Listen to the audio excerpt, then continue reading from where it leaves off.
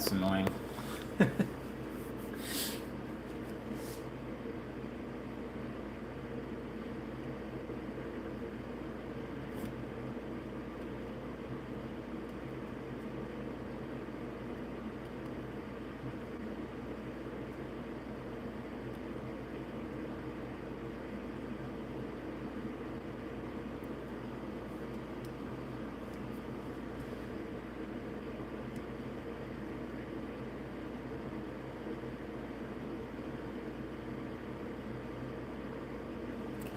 Yeah, I don't know. I really, it's getting frustrating with this. Every time I try to schedule a live feed and I go into the setting, I tell it I'm going to do landscape. I tell it to use the back camera. I save everything, and when I select that scheduled feed, everything looks good. I have the phone on my stand, landscape, everything. As soon as I hit go live, though, it turns it. It says it's orientation's locked to turn the phone, and I'm like, hey, don't know. Anyway, here we are. Hope everybody's doing well. Everybody's having a good weekend. Doing okay here. We all survived down here. I think the storm could have been worse. Definitely was bad enough as it was. We had some kind of crazy tornado action on this side of the state that nobody really expected. We're on the opposite side over here on the West Palm Beach side. I'm in Wellington, Florida, in particular, and yeah, we had a tornado literally like a couple of blocks from here, destroyed some homes, and actually one even a little further up north on this coast. I think in St. Lucie or something like that. That really, I think a couple of people got killed, but yeah, pretty bad. Yeah. But at least they didn't have the really bad flooding and everything like that they thought they were going to have in the Tampa area. Yeah, we did okay here. No damage really. Got windier than I thought too. Like 2 in the morning, I got woken up by the sound of the wind. We probably had some 50 plus mile an hour gusts and some steady like 30 plus mile an hour winds for a couple of hours.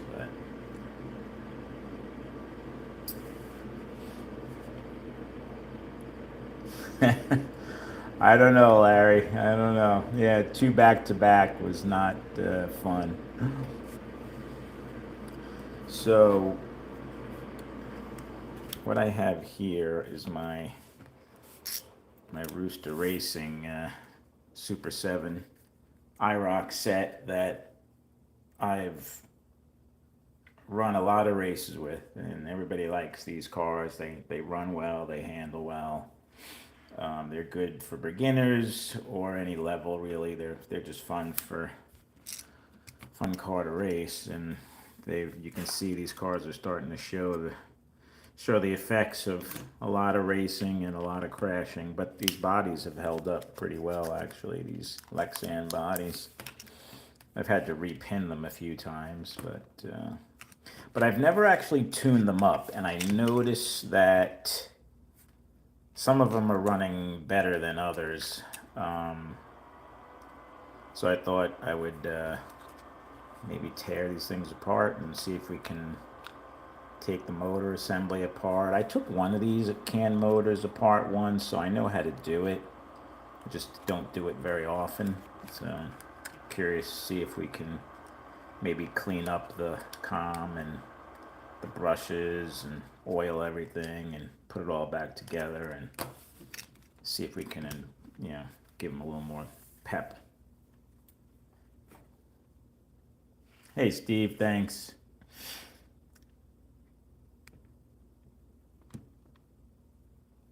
Yeah, I know I haven't been on too much lately. Didn't do any racing today.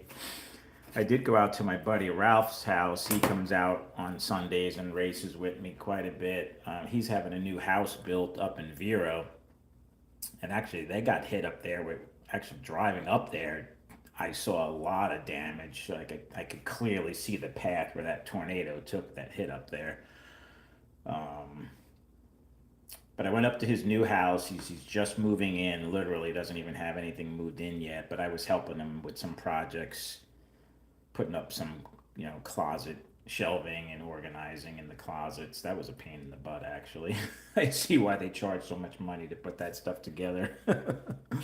um, so I spent several hours out there. But the reason I bring this up is he bought a Viper track, and he has it in the box, and he's going to be building a 4x16 Viper in his nice 2.5 car garage. He's got a whole section set up for where the track's going to go. So I'm going to help him build his Viper track, and I'll document that. I'll probably do several live streams as we build that track. So that should be a lot of fun. I'm looking forward to putting what I learned and some of the things that I wish I did differently that I can now he can benefit from my experience building my track. So that should be fun. I think we're going to start. I think his goal was to hopefully start building the table in a couple of weeks.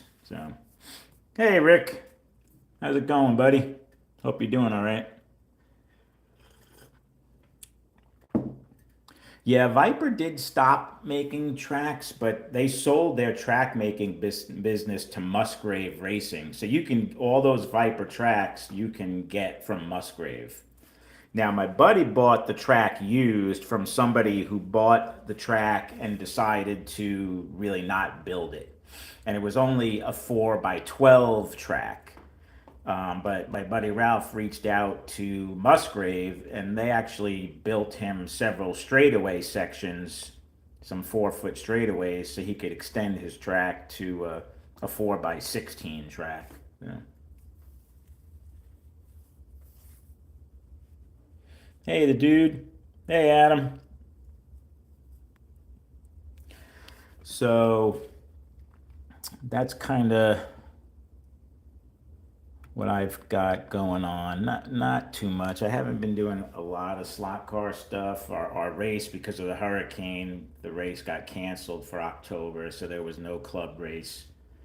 We were supposed to actually race at Hardin Creek. Terry Flynn was going to host a race for us at his track. They may or may not try and reschedule that. I don't know if it's going to happen the month of October. So we'll see if they reschedule that and we actually get to go out to Lakeland and race with Terry at his track. But back to these Super 7s. I'm going to take these things apart. And this red one definitely runs the fastest on the track of all three. I want to see what these things look like on the dyno. I think the red and yellow run the best, and the blue and white are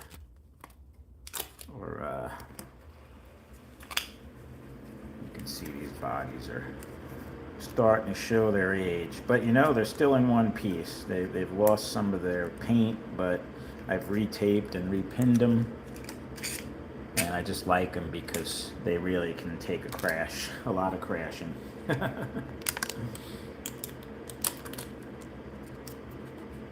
Yeah, I got these bodies from Jay Japp. He made them for me a while ago. I think I paid $100 for the set.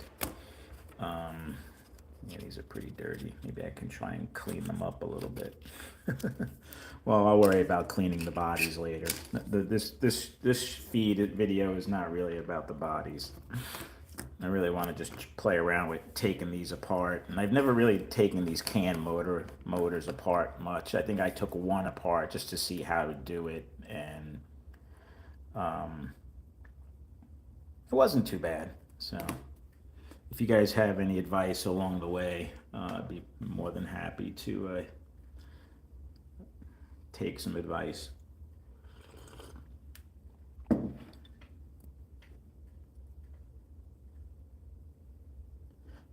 Yeah, MU. Yep, that's exactly right, Steve Musgrave. Yep.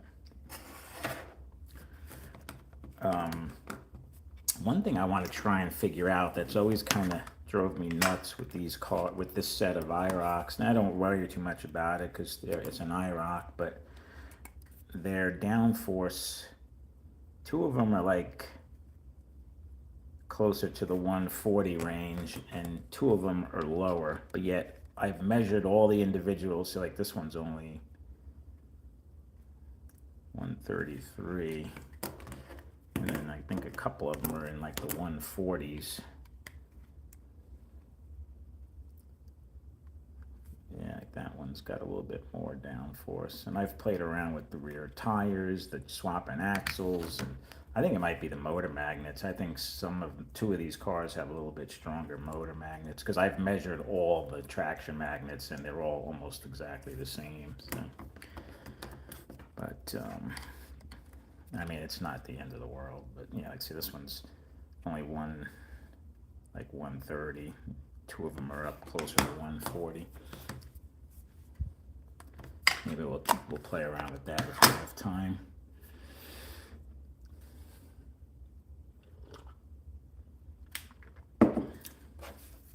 So I'm gonna before I take them apart, let's see what they're doing on the Dino, each one. So this is the car I think that is running the best. And I'm running my Dino at 18.5 volts.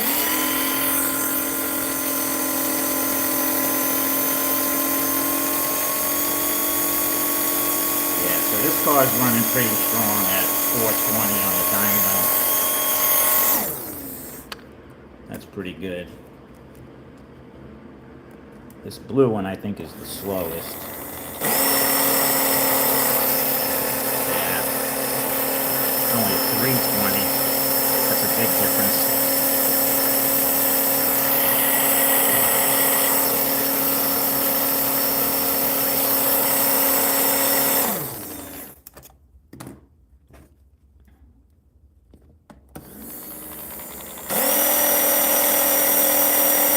Comes up in the 360s.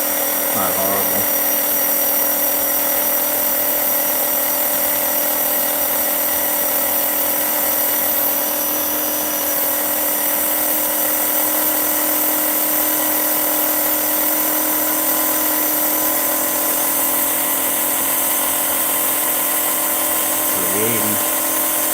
I noticed these Super 7s, you let them run for a little bit, there, look at that, see how it kind of kicks in?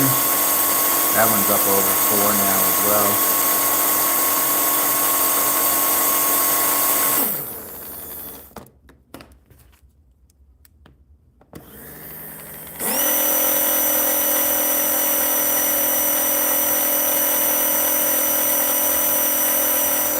Let's see if this yellow one does the same.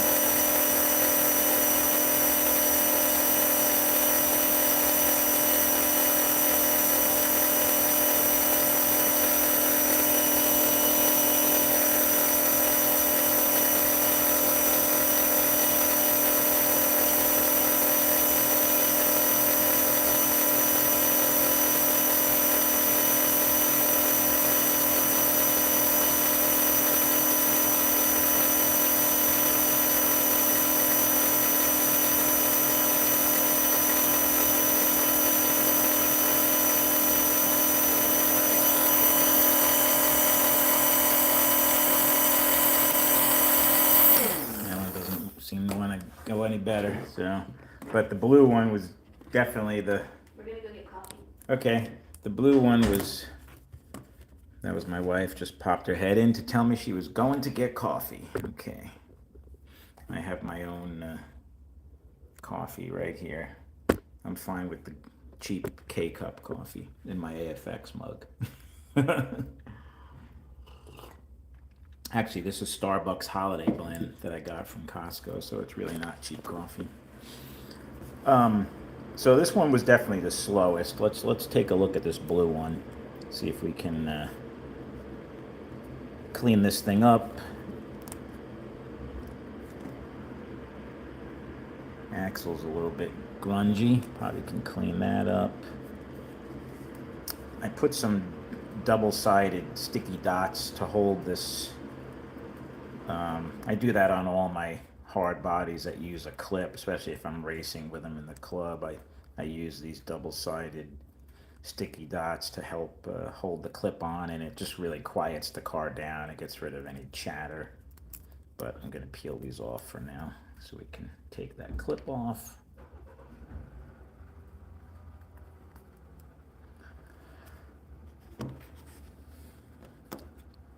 Let's take these pickup shoes off.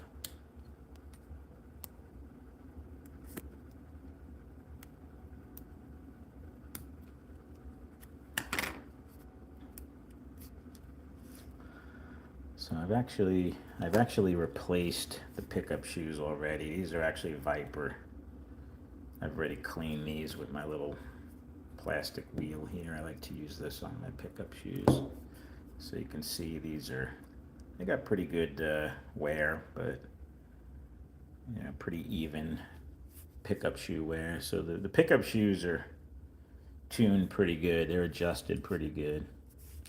I believe these are 0808 springs that Steven uses. This is a Rooster Racing Super 7, so it does have the balanced arm.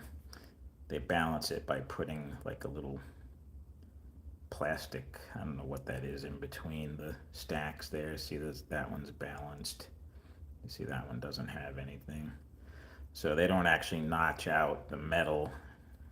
They actually put like some epoxy or plastic, whatever that is, in between to balance the arm.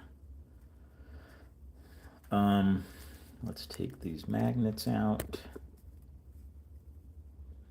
I can see a little bit of, it looks like the front of the magnets are dragging the rails a little bit on this. I'll have to look at this on the setup block, but it seems like the front's a tiny bit lower on this car. How do these other ones look? Yeah, that one's got a tiny bit of wear on the front. Yeah, that one does too. I can see a line going right across the magnets though, so they are, yeah, this one's dragging a little bit on the front. I'll have to look at how the magnets are hitting the rails. Hey, Rick.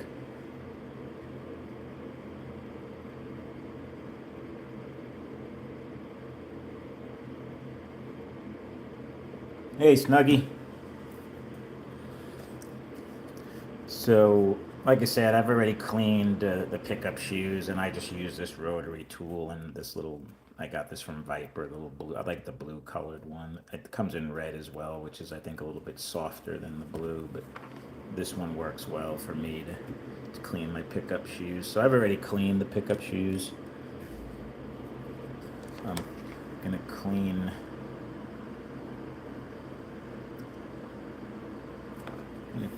the what happened to my rubbing alcohol.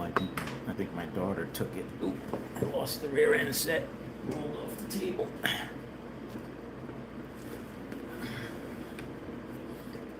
Let's see if I can clean this real quick.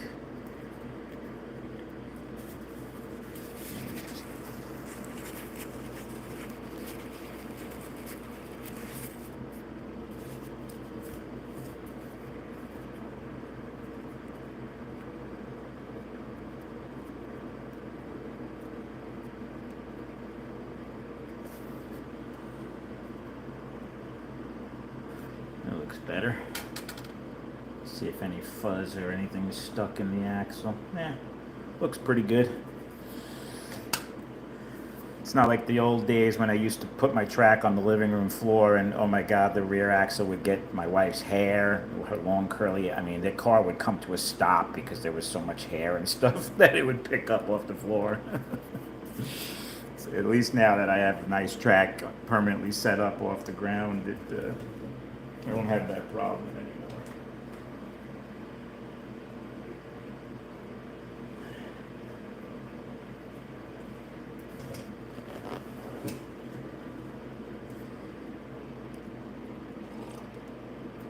Okay, so now that we have the magnets, we can take these out, and these are set up for high downforce on all 4 cars. So, I believe we can just push this motor out. Yeah, I mean, it comes out super easy, just slides right out. How do our hangers look? Let's pop out these hangers.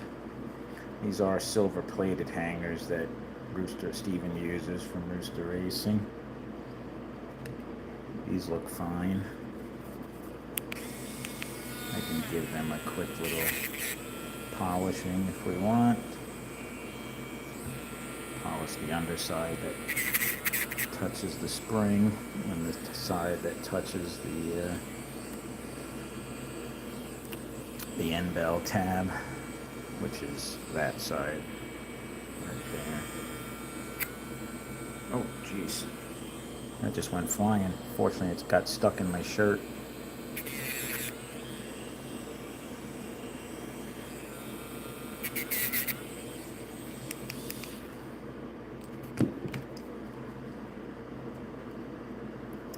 It's pretty dirty in there where the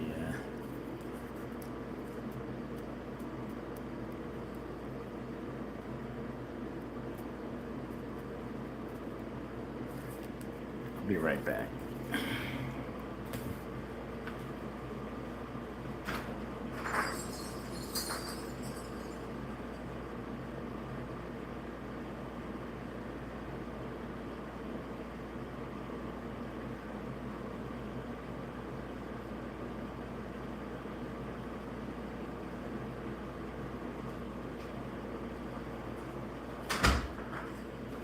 Wanted to get my alcohol here, my rubbing alcohol, or isopropyl alcohol.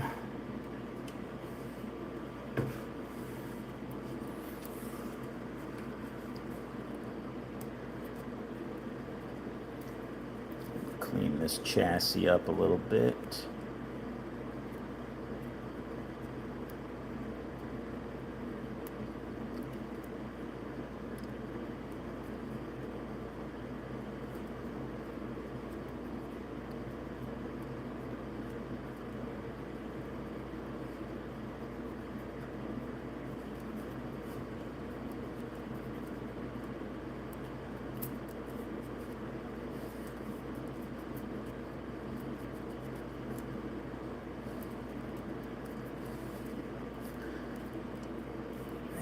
Just going to give this, I mean, it's going to be much cleaner than it was. Some guys are more fanatical than others when it comes to cleaning stuff. I just want it to be decent. Again, it's an IROC set, so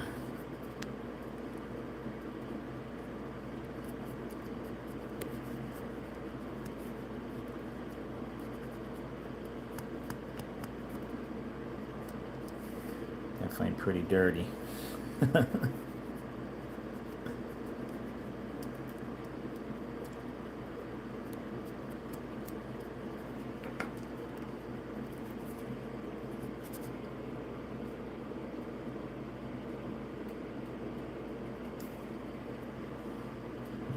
You mean this? I bought this whole thing from Viper, actually. I bought the tool from Amazon. This was cheap, you know, this particular one. But I got the whole piece from Viper. Not just the blue part, but they sell the whole. You could buy either just the blue wheel, or you can get the whole assembly from them.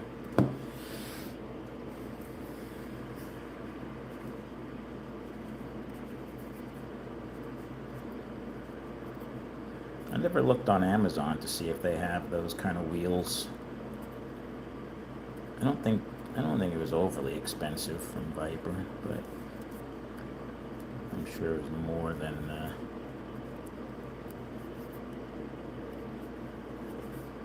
you would pay on Amazon. I know Viper sells the handheld tool, and I paid way less. Same exact one I got on Amazon for quite a bit less. mean, I don't mind supporting Viper and small business, but I also don't want to spend unnecessarily if I could help it. So I buy plenty of parts from Viper, so.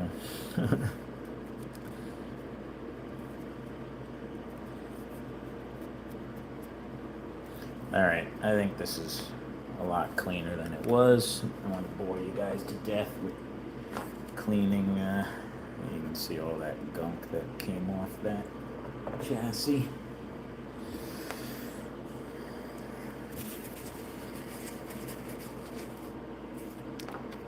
It's definitely a very flexible chassis. So, curious, I know there's one stronger level 10 magnets you could put in here. And by the way, I don't know if you guys saw, if you follow Steven on his Rooster Racing Facebook page, but he developed another Super 7 that he's calling the Area 51 or the A51 car. And it's based, it's the same car, but the same magnets for the motor, but he's using, I believe, a 4 ohm or a 3.8 ohm armature with level 10 traction magnets. So you're getting a stronger motor and a little more downforce. I'll probably eventually pick one of those up just to kind of review it and see what I think of it. I'm sure it's going to be pretty fast with that 3.8 ohm armature.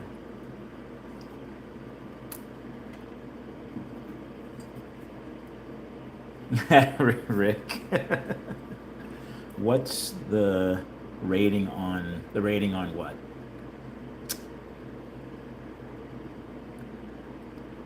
Yeah, I thought Area 51 was a pretty cool name. All right, so really I think this is what we've been wanting to get to, is tearing this motor apart. Let me put these hangers back in. Sorry if my big hands are in the way.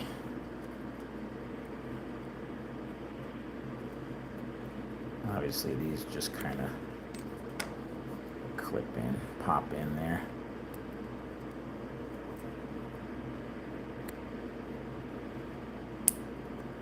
There we go.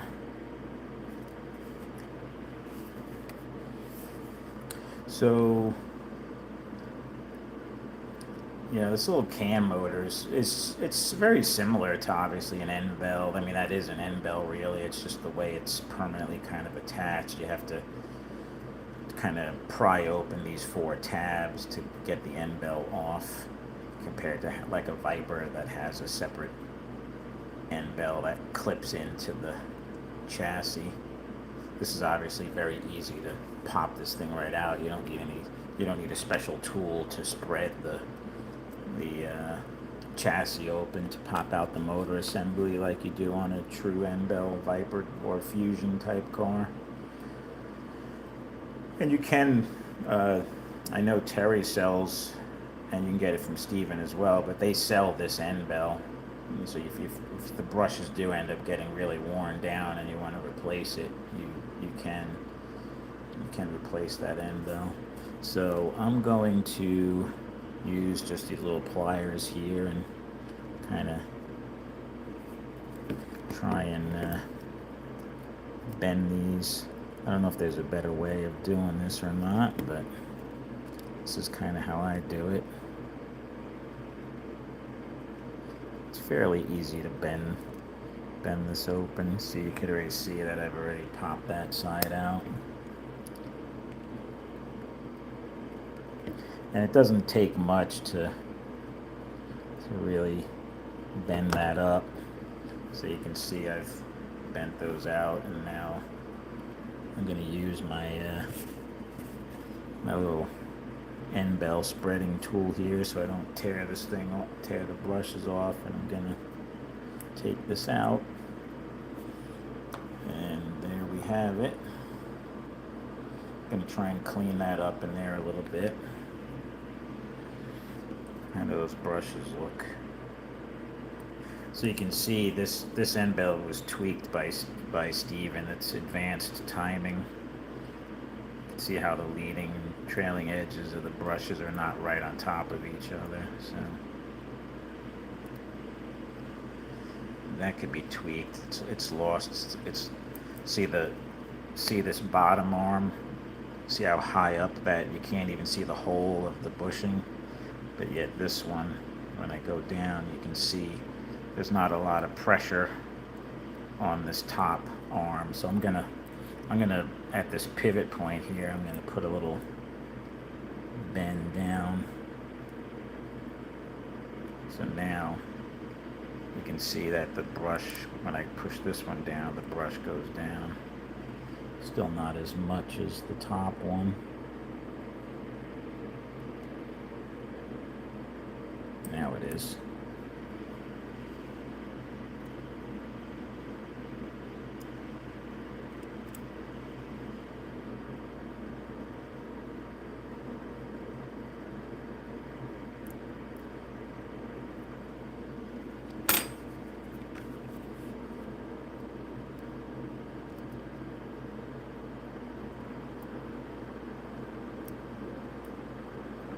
That's better.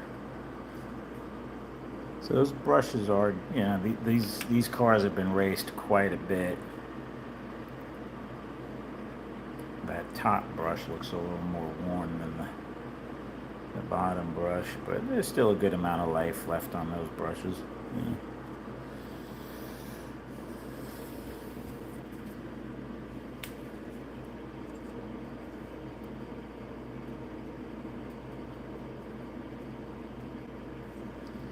You mean the hardness on this? Well, there's only two. There's this blue one and the red one. This is like the more firmer one, and the red one. I think I have some of the red one too. Hold on.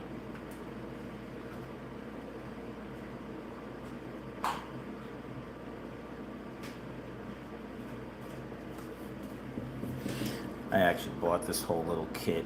So this is what the red one looks like. It's much more flexible and soft. This would probably be better to use on the commutator. Actually, it's not as stiff as this one. This one you have to push harder to clean with, obviously, because it's much softer. But if you're looking for a finer application, this one would probably be beneficial. I try to use, if I do use this blue one on the comm, but I put it on the very low setting and I barely touch it to clean it off. I don't know if I want to pull this whole thing apart.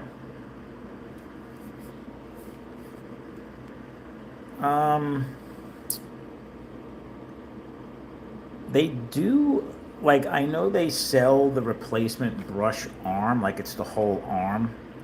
You can chip off this, like with a Dremel or an X-Acto knife. You can scratch off that tab, that plastic that's, maybe I can get this to focus.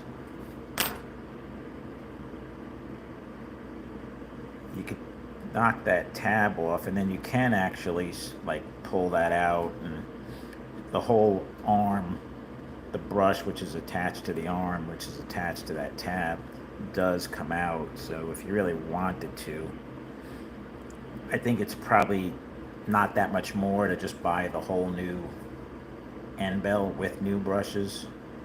But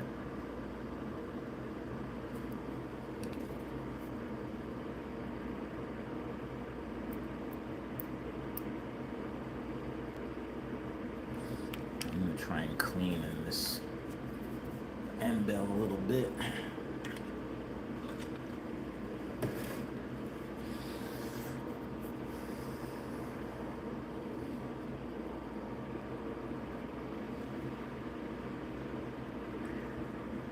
Whenever I use this end bell tool, I try not to open it too like hard. You don't want to spread it out too much and lose the tension in your, you know, your tweaking that you've already done.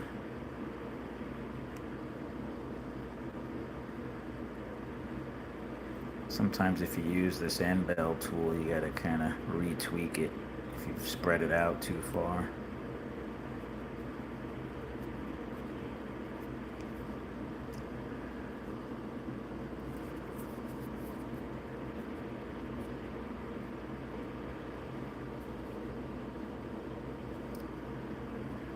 Let's see.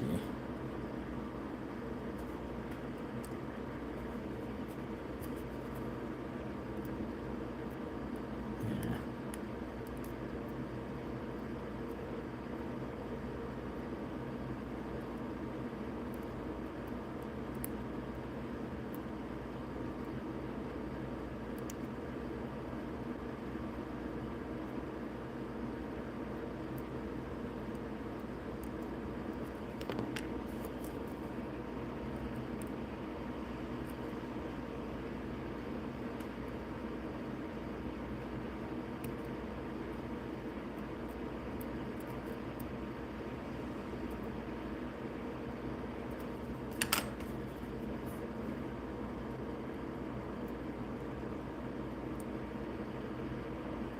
Okay.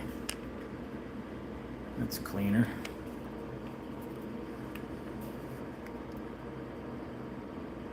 I'm not going to take the pinion gear off. I'm going to leave the, I guess I should, so that magnet goes on top if you're the white magnet, just like a Viper. I'll just oil that, and I'm going to try and clean the comm. I'm going to look at this under my light real quick. It's definitely got good, very well spaced perfectly. You can see those brushes are hitting right in the middle of the comm. There aren't any metal spacers, it's all plastic, but you know, it's fine. It's not like super high end. If you wanted to get fancy, you could probably replace, I could see that there's several Teflon sized spacers. I could take one of those off and put a metal spacer if I wanted to, but I'm gonna go with the way it came and leave it. Although sometimes I'm gonna take these spacers off to clean this, because sometimes I hit it with this wheel and I send the spacers come flying off. I'm gonna look at this under the light, but I'm just gonna take my tool and gently clean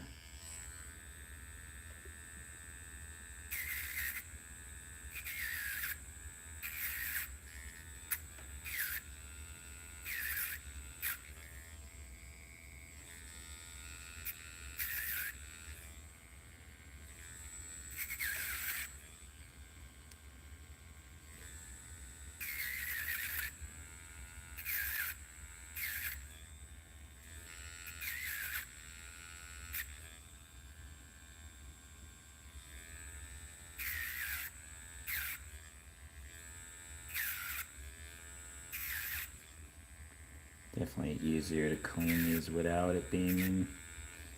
The little bracket assembly here is making it a little tricky to use this wheel, but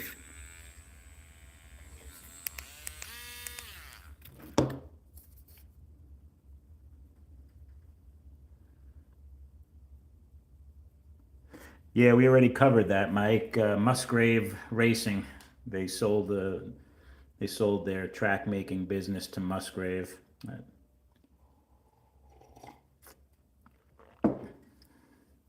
All right, so I've cleaned up that comm. Definitely looks better.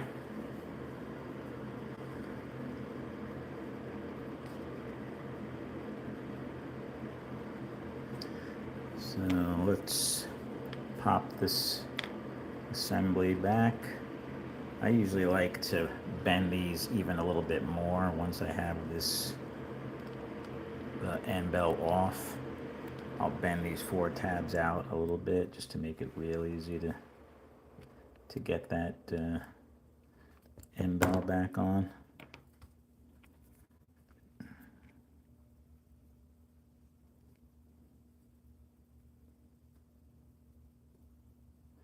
So I'm gonna use my tool and I'm just gonna pop that back on.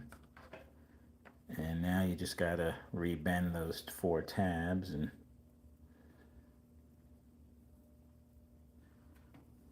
should be good to go. So I'm gonna do that real quick with my pliers here.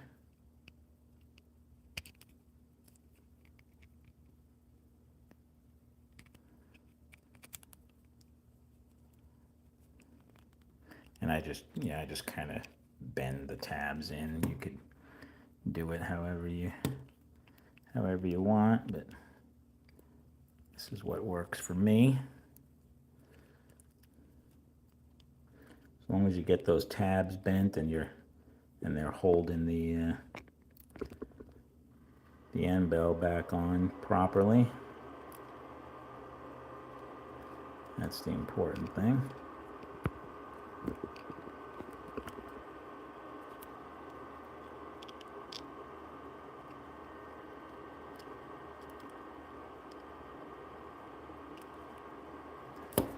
Alright, so I've got those tabs bent back, so our motor's back together.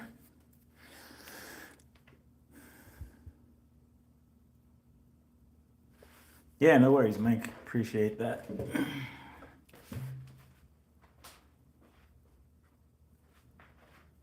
Yeah, Viper was a little weird back when they stopped making tracks, and yet they had the tracks still on their site, but they had no prices. And I don't know why they were being so kind of dodgy and cagey about the whole thing. And they never, finally, I think they eventually posted something on their site that they got out of the track. I'm just track making business. I'm just going to give the bushings a little bit of oil since I have the motor out. Nice and easy to get it a little bit of oil.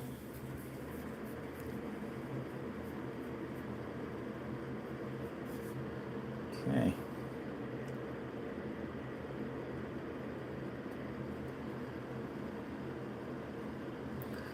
Let's pop this baby back in.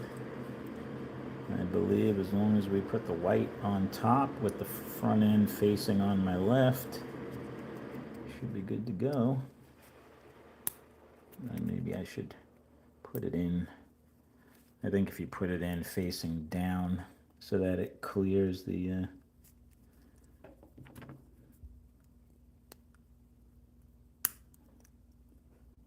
just want to make sure it clears these hangers.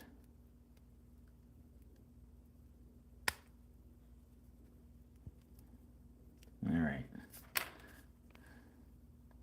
I did have to like finagle the hangers a little bit just so that it didn't catch on the tabs that are sticking out there, but similar to when I build my Vipers. So that's back in. I guess let's put this thing back together and see if we've improved anything. Not that the car ran horrible, I just noticed this was the slowest of the four. When we were doing our IROC races, everybody commented like, oh yeah, the blue car is definitely slower. So, see if we can see if this helps.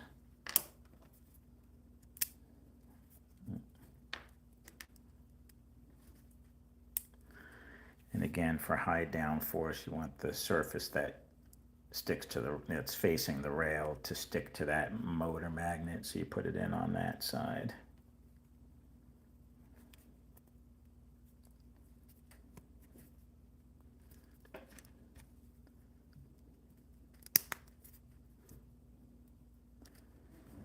Put our magnet clips back on. These tires I got from Steven at Rooster Racing. These are his newest compound.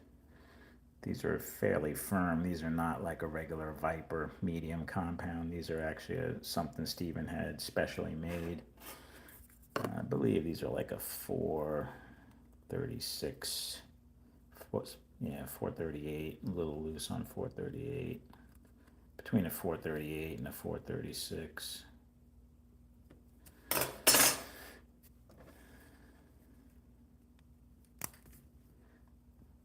And the rear end is pinned. Definitely need to pin the rear end on this chassis is pretty flexible and that rear end pops out pretty easy, so having it pinned is a good thing. Feels nice and smooth.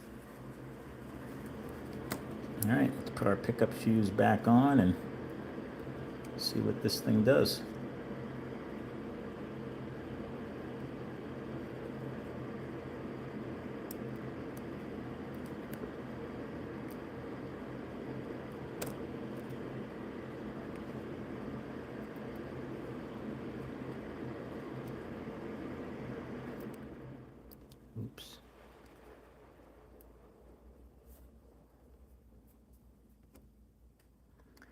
these hangers do have a little bit of a forward bend to them, so you gotta notch it in on that side first. You can't just kind of click it in like you can on the Viper hangers. So that where the pickup shoe connects in, that is bent forward a little bit to help hold that spot there.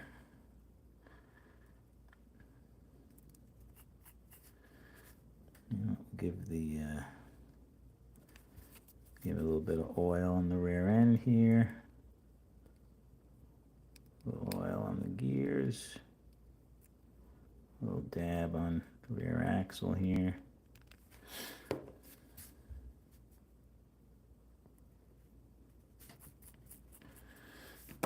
All right.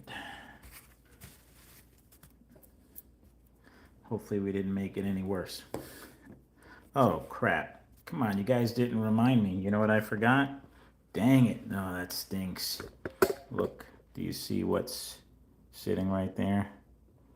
The spacers that's supposed to go on the end of the armature. Ah, I gotta take the whole motor apart again. Ah, that stinks. Oh well. Sorry, guys. I'll try and do this real quick. Never good to have spare parts after you put the thing back together.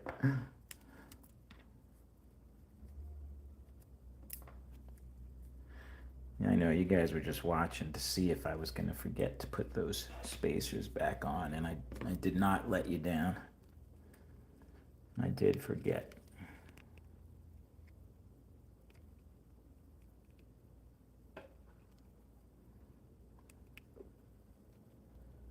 I thought the armature was moving back and forth a little too much when I just was looking at that before I put the motor back in.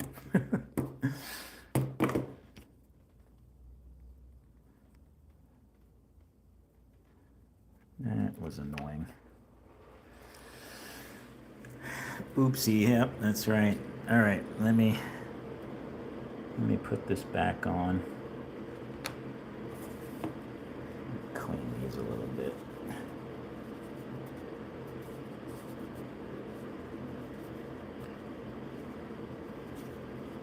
There's two spacers. There's a bigger one that goes on first, and then there's a little bit thinner one. All right, so we've got our spacers back on there.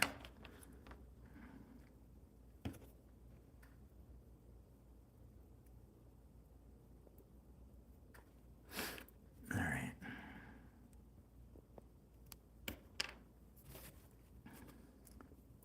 Of course, I didn't realize that till I literally had the whole car back together, but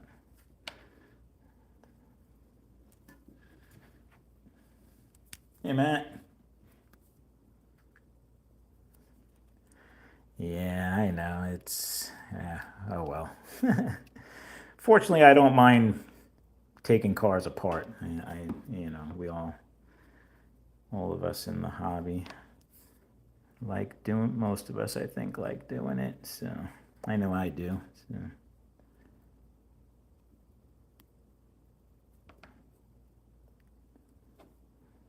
Although I don't like to redo work if I can help it. So.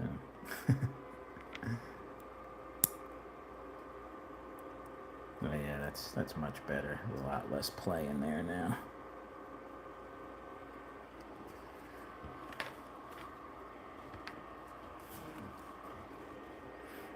All right, let me re-bend these tabs closed.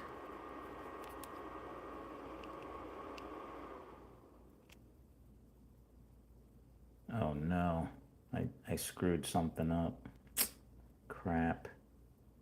I think I broke. I broke the tab off. Uh-oh. Let's see if this still works. See, there's supposed to be I guess I'm learning about these cars. See that tab there? It's not on that side. That's a major bummer. Yeah, I broke it. I broke the little tab. That really kind of stinks.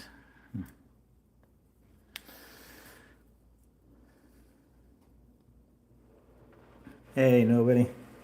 Well, now I'm not quite sure if this is going to work or not. I guess I could try and pry out the little bit of the tab that's still there, see if it makes contact, but... Or maybe I could put a little dab of solder on there just to build up something for it to touch the hanger. There's still a tab here, it's just missing half of it. I guess we'll see. I'm going to pry this out. If I make this part come off, then I'm really screwed.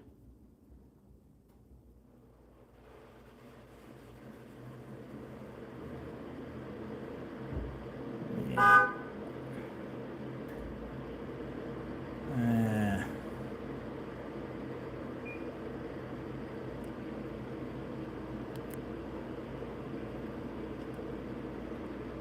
Alright, I've got all the tabs closed down again, but I don't know if you guys can see how that side has extra tab. It's broken off on that side.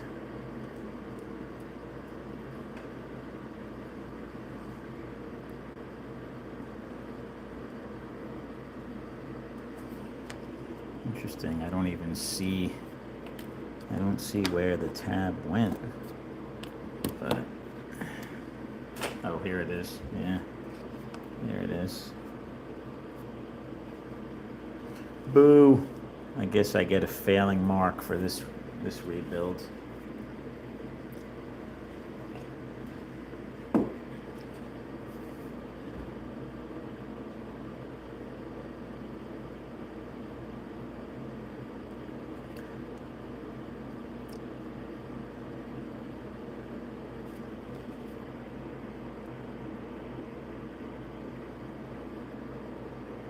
I'm gonna see what happens with just this half of the tab. I'm gonna pry this out. So I pried out that tab there. We'll give it a go.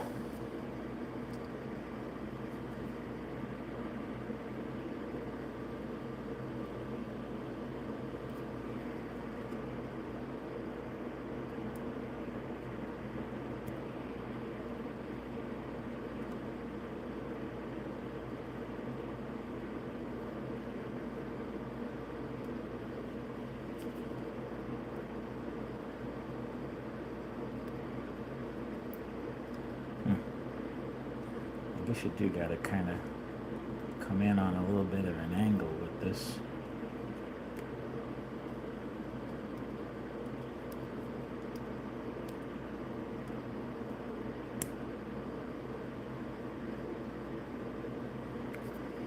Well, it's in. I guess we'll see if it runs.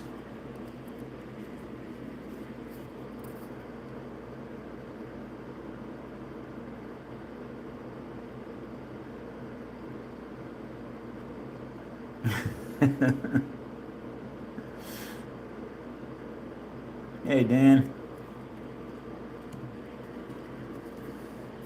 All right. Well, I have my ways. If I have to, I know I can put a little dab of solder on there to give it something to... I've done that before on other end bells.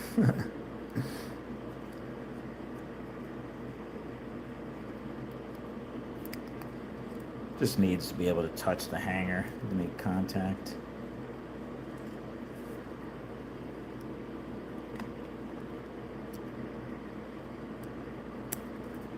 Well, we said the blue car was the slowest. Now it's really got a handicap.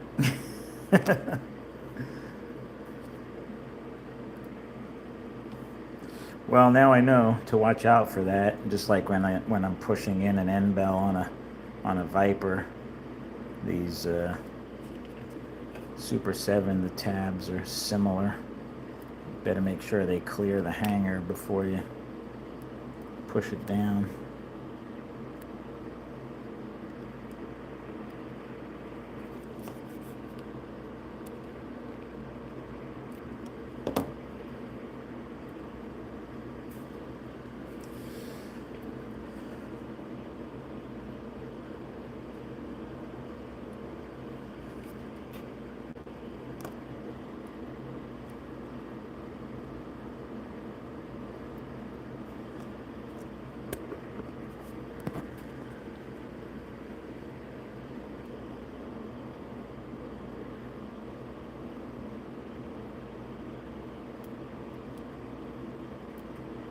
Is that Snuggie? You don't like to take your car, perfectly good running car, apart and break it?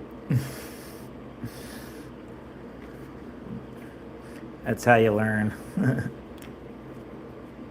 I've broken lots of cars, but I always fix everything. Can be fixed. That's the good thing. And again, like I said, this is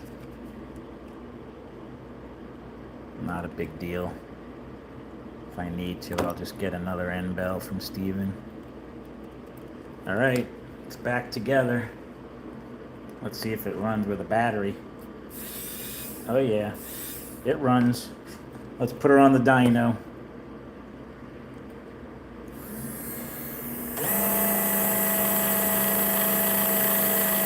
Well, that's not good. That's even slower.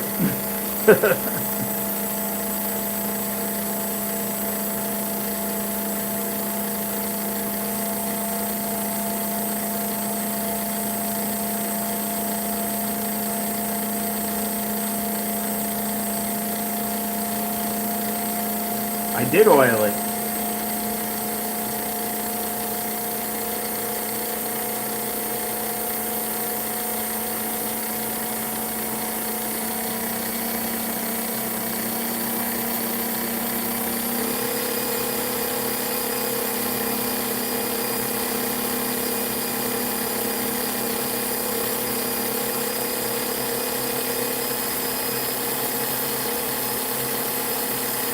Revved up a little bit, but still definitely nowhere near where it should be.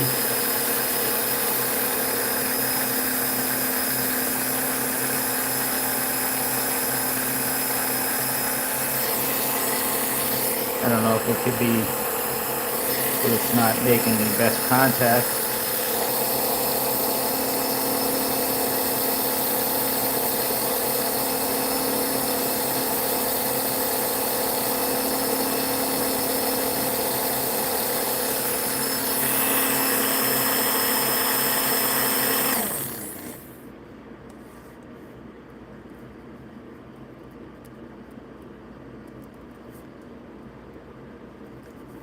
That doesn't really.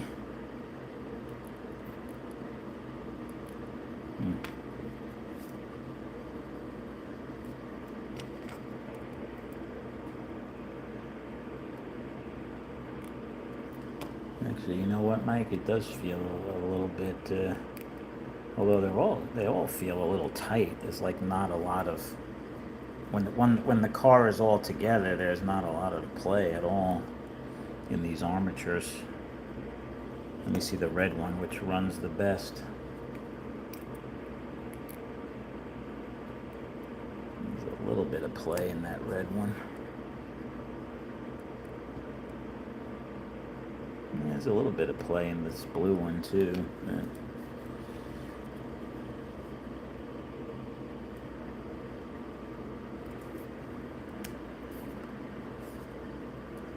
It is a balanced arm, though.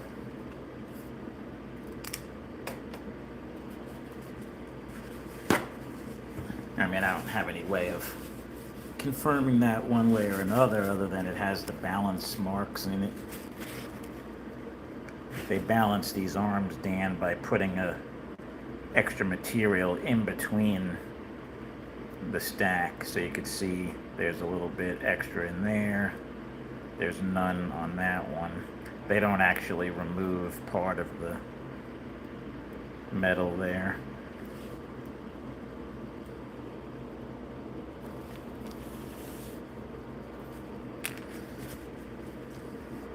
Well, I'm I'm always a glutton for punishment, so I want to try and make this car run better. So I'm going to take it apart again, see if we can't figure something out. Unfortunately, I don't have any other... Well, I take that back. I do have another motor. It's not balanced. I could take the end bell from that other car just to see if it is the end bell. I have like 3 other Super 7s I use for box stock. I could take the end bell out of one of those and try not to break off the tab this time.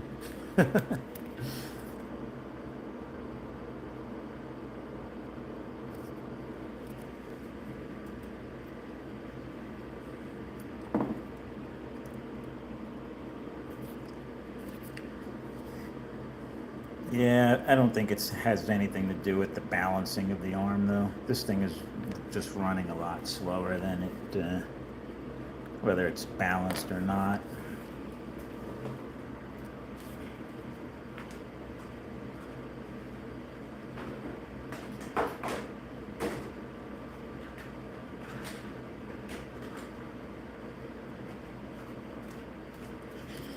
These are my Super 7s that I run box stock. These have non-balanced arms in them. Let's see what this thing's doing on the Dino.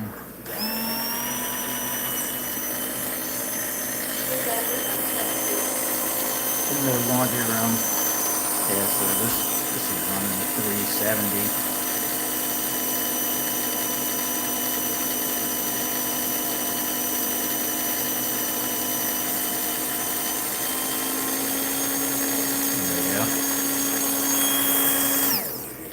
So that's a non-balanced car, and it's still hitting 4 on the Dino.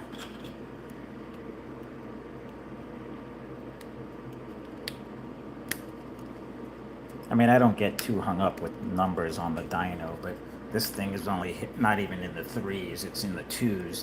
That's definitely a lot slower than it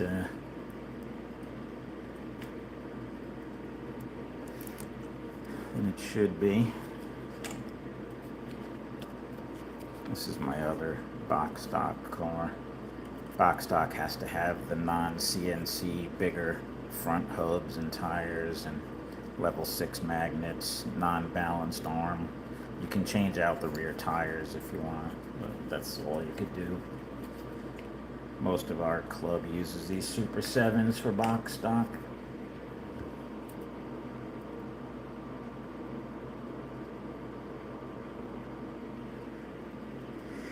Yeah, Ralph, that's what Terry's supposed to be doing for you when you buy his. He sells a box stock Hopra legal Super 7, so he basically picks his best running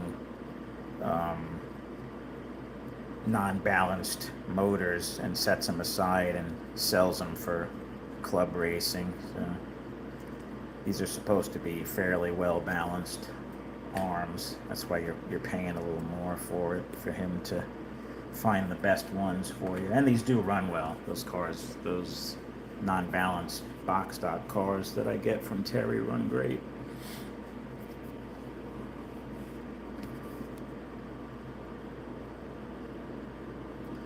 Yeah, I think I'm going to take the end bell out of this extra box stock chassis. This is my worst running box stock. This was not one that I got. This was just a regular Super 7 that I got from Hardin Creek. It's not like his special Hopra spec'd one. So I kind of turned it into a box stock. I took the level 10 magnets out that were in it and put level 6s. And I just changed the rear tires. I put dual flange hubs because the non-GTS version has single flange hubs, but I don't mind taking this end bell out just for testing purposes to see if replacing that end bell that I damaged makes any difference on that blue IROC chassis. So we'll do that real quick. I think that'll be a fun experiment.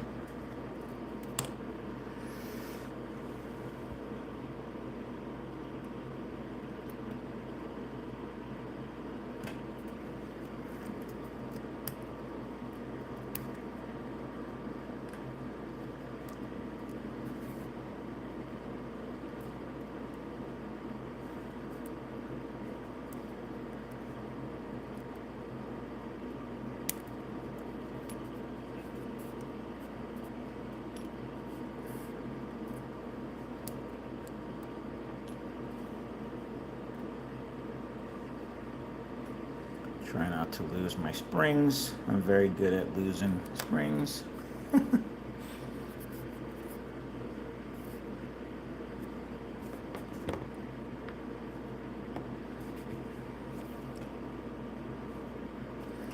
right, so let me pop this motor out.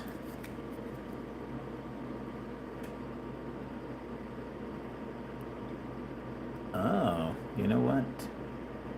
I see what happened. Huh. So this little, I don't know how I managed this, but this little tab is actually supposed to be on the side. It's supposed to be locked in there. I really messed this thing up. There you see. This is how it's supposed to look. Oh, what the heck, I don't know how I managed that. Oh well. I learned a lesson.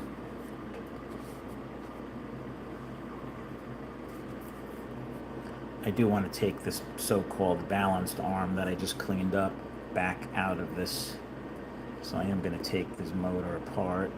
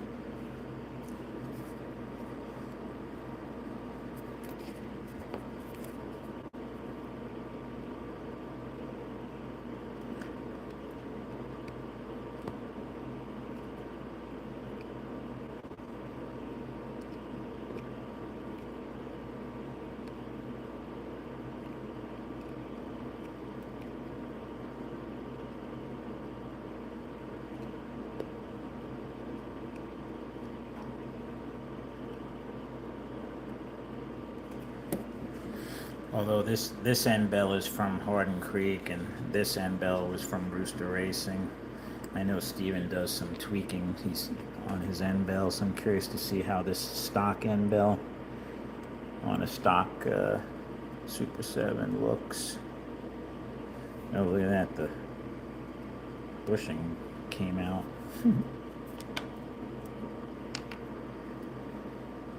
Yeah, so you can see there's no advanced timing. You can see how Steven tweaks the brushes so that they're not right on top of each other. They're kind of angled, whereas these are sitting like right on top of each other. I'm gonna try and get that bushing back in there.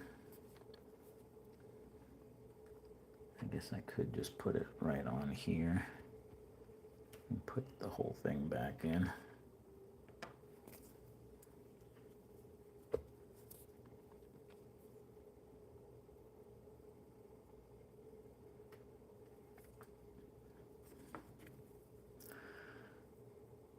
I could tweak this, but it's a pain in the neck to put that timing in.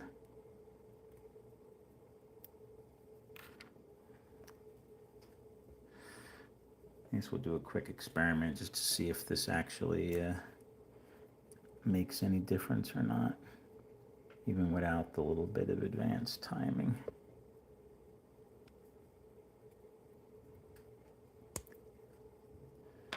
All right, so I managed to push that bushing back in.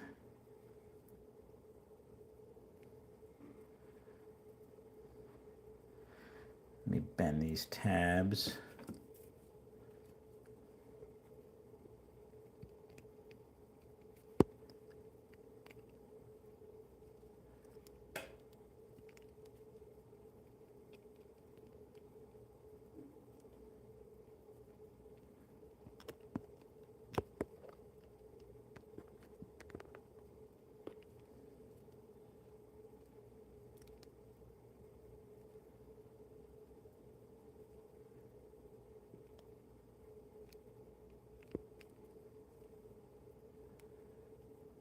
All right, we are back together.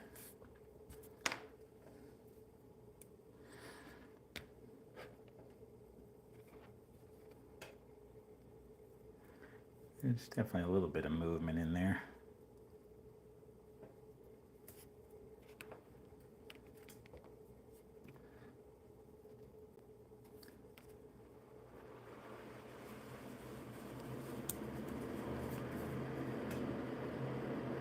Oh, I see how I did that. Yeah, you do got to be careful when you're putting these in.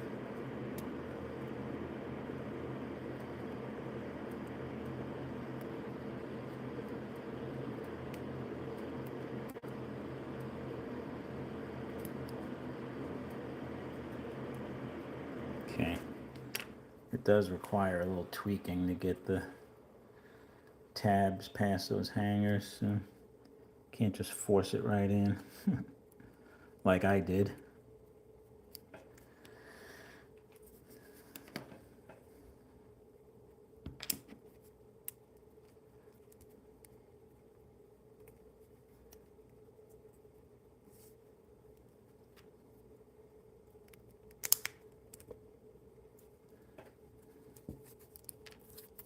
Give this a little bit of oil on this front.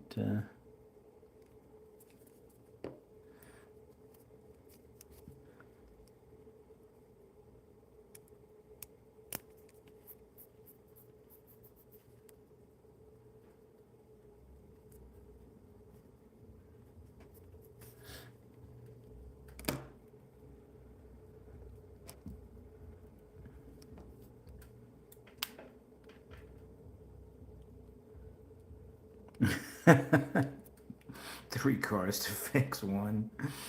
Well, I don't think it was that bad, but yes, I did have to take another car apart to.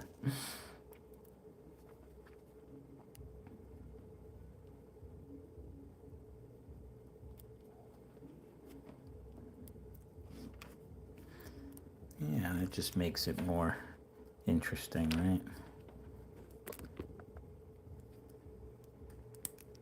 Wouldn't be any fun if it worked perfectly the first try. That never happens for me, so I'm used to it. I'm sure you guys have seen me struggle in the past with building this stuff, especially live. Though there is something true about that. When I decide to not go on YouTube, I have a lot less issues. It's like the YouTube build it live curse or something.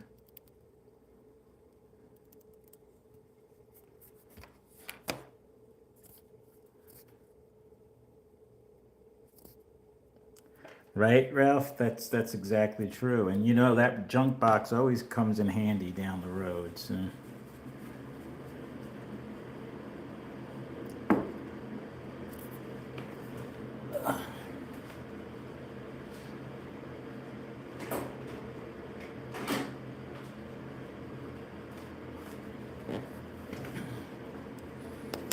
Let's see how this thing looks on the setup block here.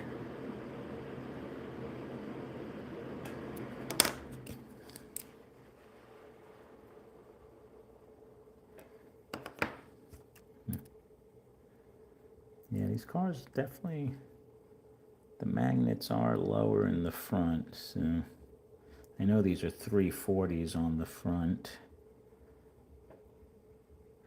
pickup shoe looks pretty good. So does that other one. So the shoes are sitting pretty good. All right, let's see. Let's see how she sounds. Oh, Jesus. I'd say that made a big difference. That's faster than the other 3 cars now.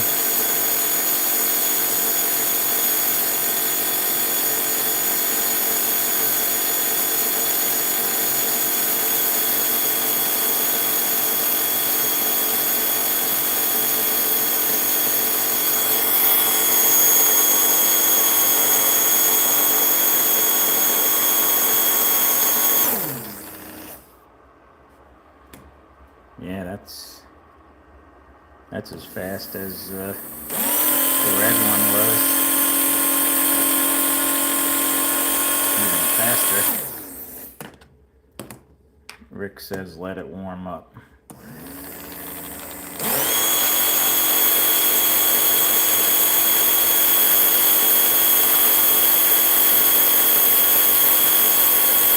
Well, it's not like this end bell doesn't really need to be broken in. Those brushes were more than broken in.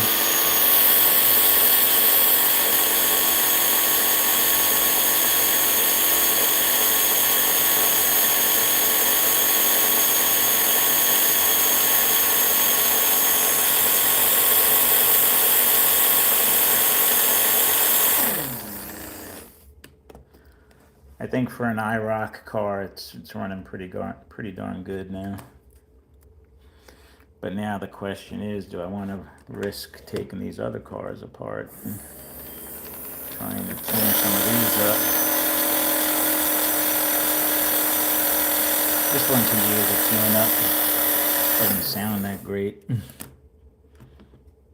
Same thing with this yellow one, I think.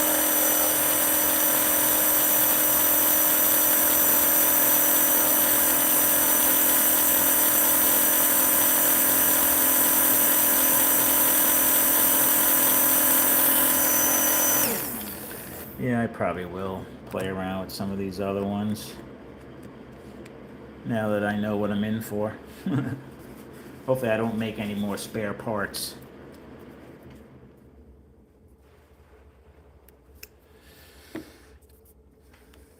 He broke Tinker? I don't know that story.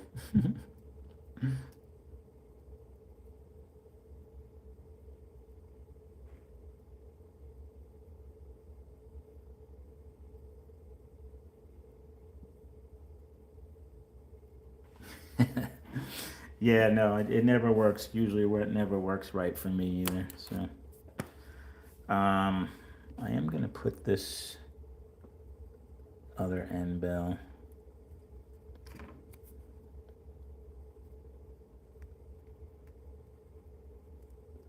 Oh, interesting. Oh, that looks deformed. Where I wonder if that got hot or something. Kind of looks like the plastic that's supposed to hold the.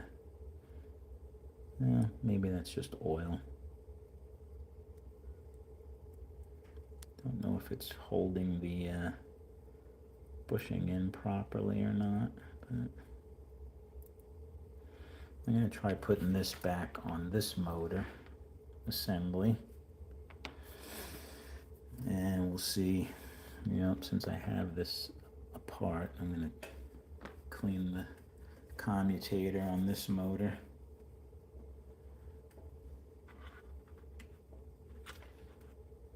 The life over at Proton definitely changed. Is that a good or bad thing?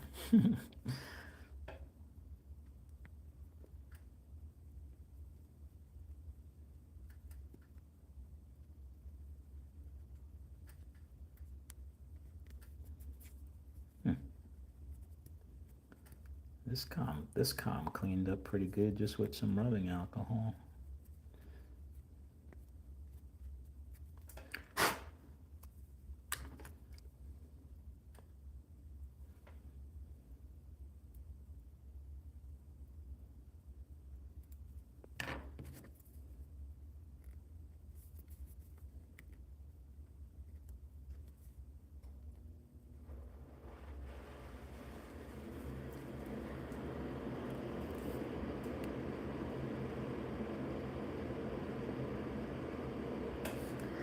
Yeah, we'll see if they notice the next time I race with the guys, if they notice that this blue car has improved. Actually, I'm gonna take it for a quick lap and put the body back on. Oh, I guess I need the clip. That would help.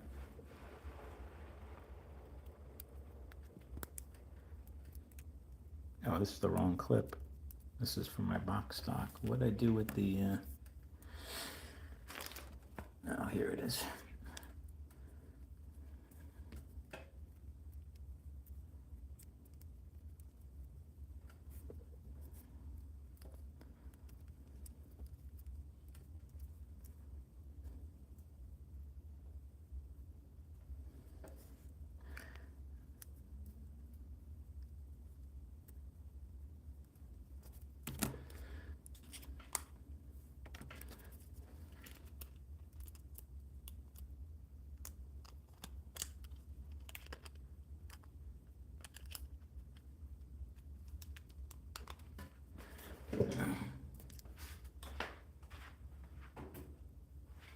Go. Whoa.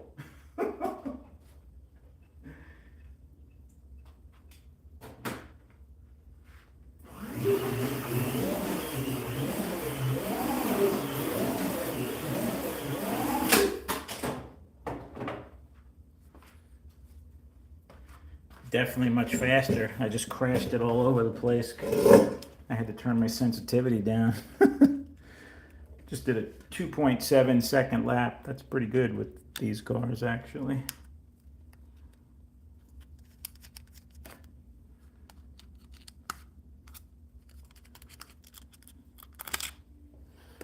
I gotta redo this side of this body. See, I put that reinforced tape on that side, and it's definitely much better. This is falling apart over here. All right, I am going to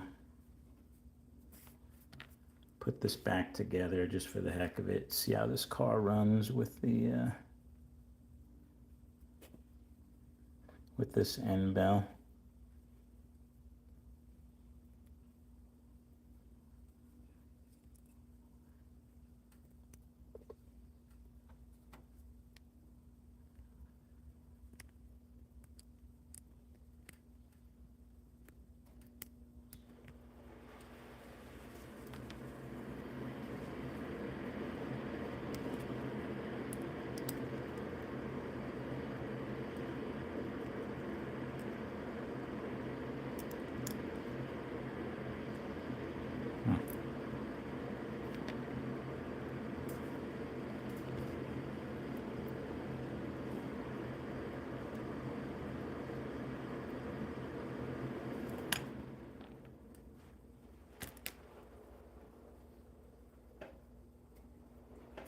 Uh-oh.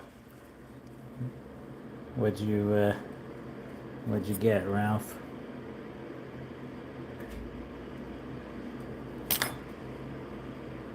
I haven't bought any cars in a while. Not off eBay anyway.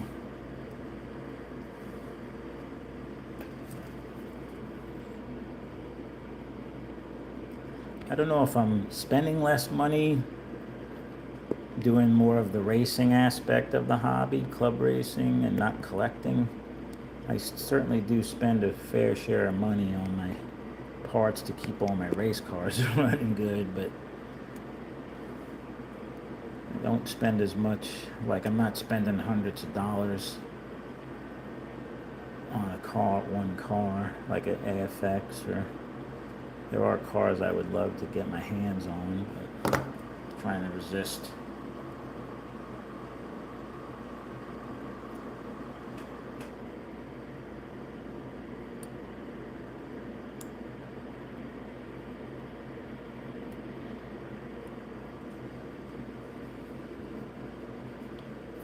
Oh, nice.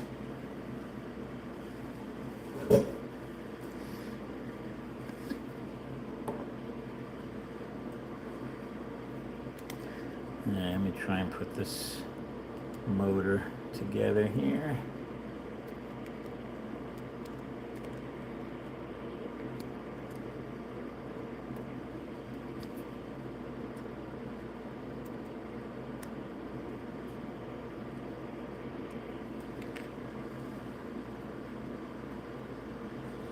42 is not too bad. I know guys who spend a lot more than that on cars. Some of them are in this chat with us right now, actually. I won't name names.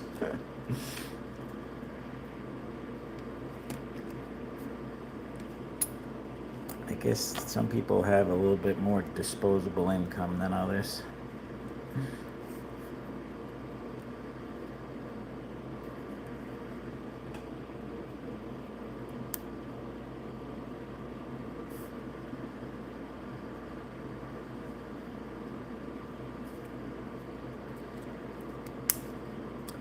Well, you know, I have the initial investment. I have eight fusions. I really don't need eight. I can only race one car at a time, but I have like my number one and number two cars. And then I have four ceramic super stocks and four spec racers. Some of them I lend out, like my number three and four cars, to guys that show up. I try to help people out. I give them a car so they can enter a certain class if they don't have one. But what I end up doing is I'll buy parts and tune up the other ones that aren't running as good and get them to end up running better than my primary cars. So I kind of cycle them around. You know, if I change the end bell out or something like that, or an armature. But I don't spend a whole heck of a lot now that I have those cars. I did just build a Viper modified class with a 2.5 ohm NSX arm for we're racing modified now. That car I spent some money on, but that thing runs really, really fast. Pretty happy with how that car came out. Unfortunately, I haven't had a chance to race it yet because our race got canceled because of the damn hurricane.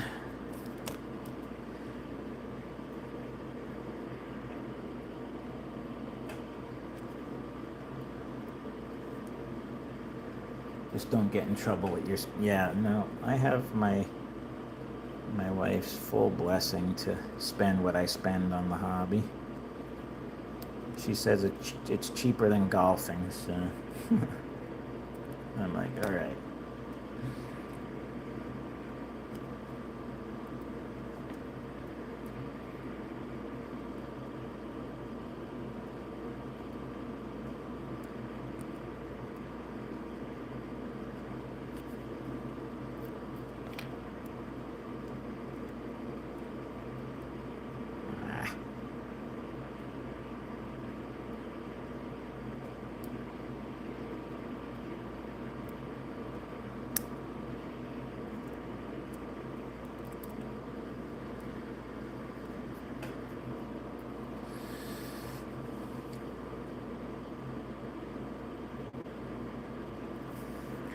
Yeah, I hear you, Ralph. Sometimes you see a body that I'm the same way. There's a couple of bodies out there that I would like to get a hold of. So.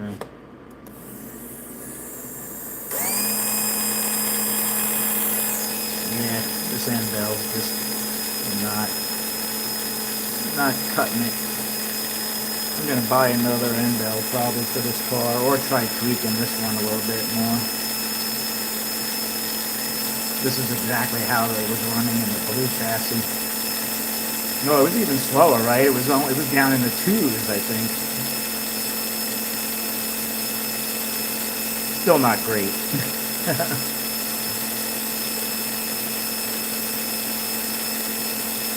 So if you put this car on the track, it's going to seem fast. I mean, 320 is not horrible.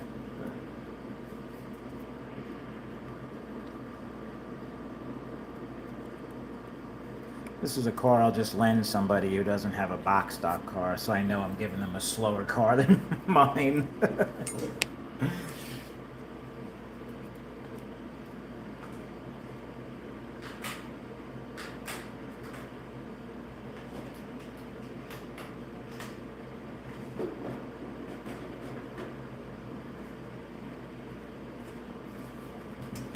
It's never good to lend somebody a car and they end up beating you with your own car that you lent them. Fortunately, I don't think that's happened to me yet.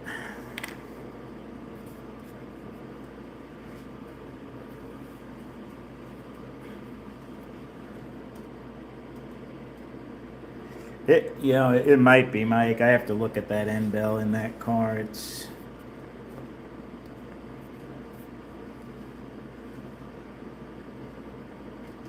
obviously making contact, so I don't know that even though the tab's broken, I don't know that that's really making a difference. I bent the remaining part of the tab. I bent out enough so that it's making contact with the hanger. Whether it's making full best contact, I don't know. I want to see if I could fix this. See, this is coming apart. Hopefully I don't tear the paint off this car by trying to do this.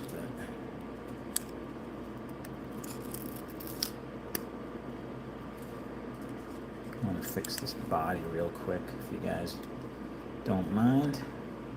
See, I just managed, oh, there it is, to lose a pin.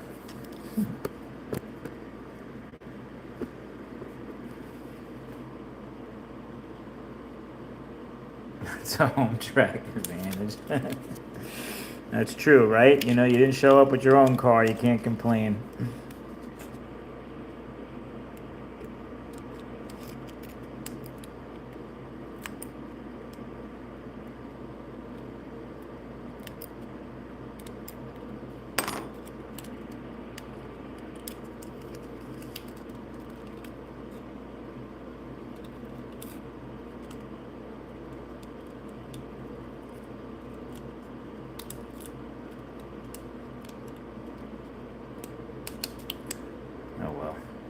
Peeled off some of the blue. I knew that was going to happen. It's painted from the inside. But I really want to put that reinforced tape in there.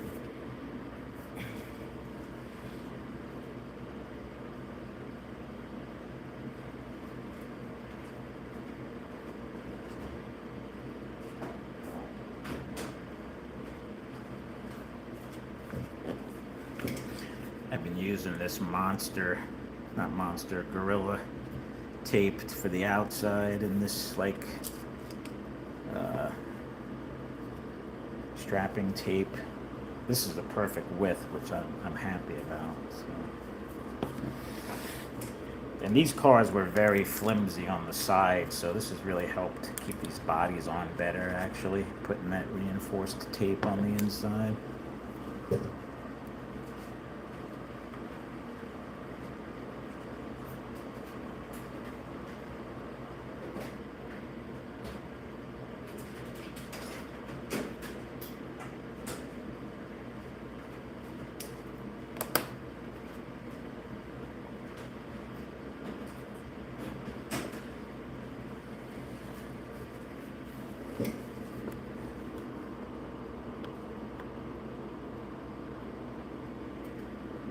That's right.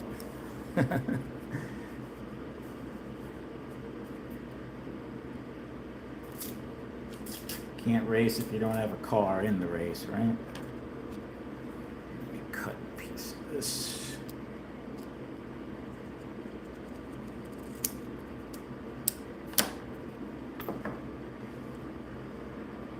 I like having these lines on this because it actually helps me cut the tape fairly straight. You can see this is like perfect width apart. Fits right in there perfectly. Push that down really good and reinforce that. I'm going to trim this under the light real quick so I can see what I'm doing.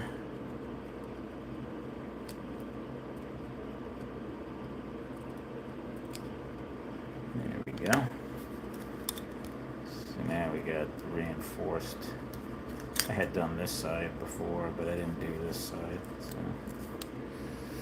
I don't know why I didn't do it. I guess the other side seemed like it was in fairly decent condition still, but after our last race, the pins started coming out on that side. So what I do is I just take my X-Acto knife and poke through that inner tape.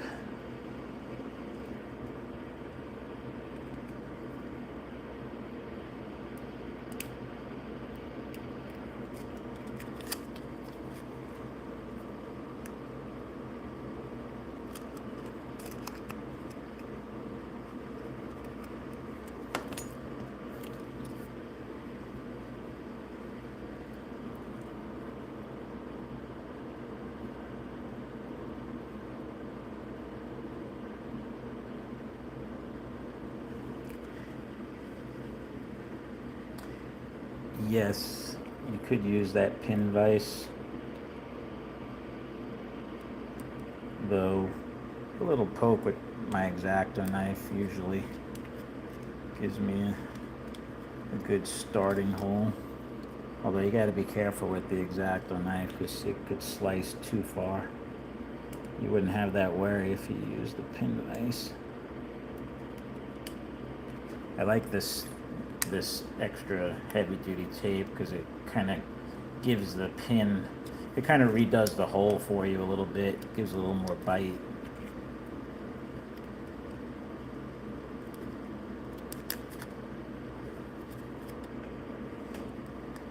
Only bad thing is you can kind of see the lines through the through the side, but I don't care. When this thing's flying around the track, you can't really see the side of the car anyway. Yeah. If you're that concerned with the aesthetics of how it looks, you might not want to use this strapping tape because of those lines. They don't show through all bodies, but these bodies are almost clear.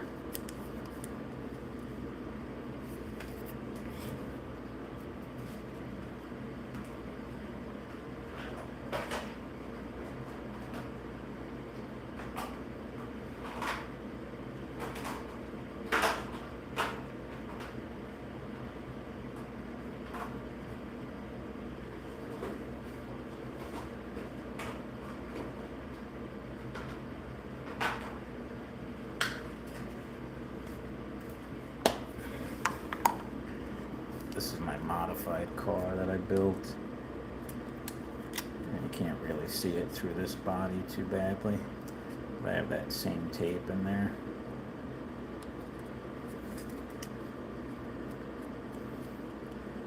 I ordered some, these are 260 hubs. I ordered some 264s. I want to raise this car up just a tiny bit more with these black RPM tires.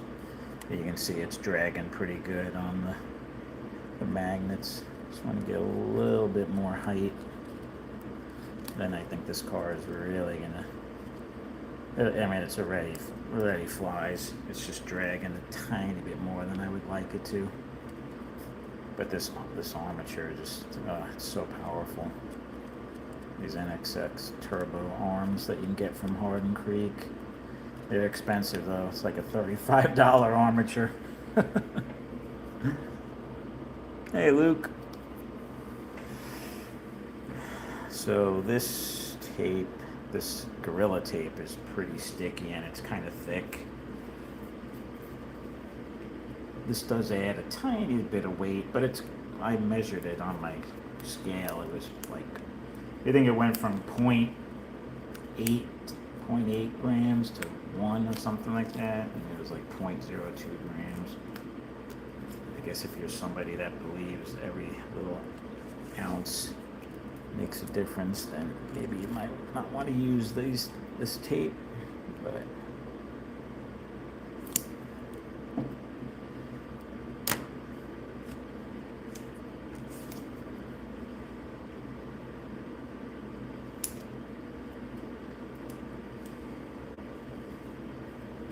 I'd rather not have my body fly off or the pins come out.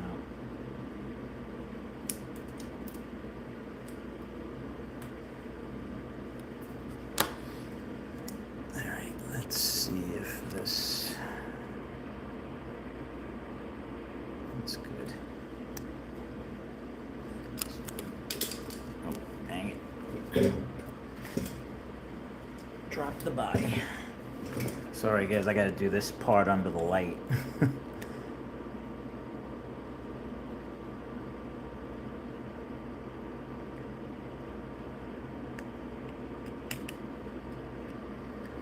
So you can see how really sticky that tape is. You don't want to get your fingerprints on the part that's going to stick to the. But this tape definitely stays on good.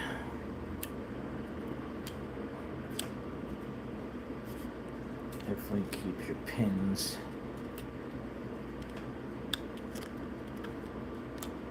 in the body.